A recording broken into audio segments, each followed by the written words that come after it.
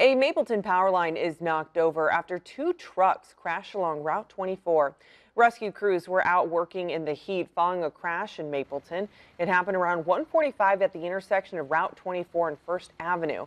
This happened after an Amazon truck turned onto the highway from First Street. The delivery van and the semi-truck collided, sending that van onto its side and knocking down a utility pole and power line.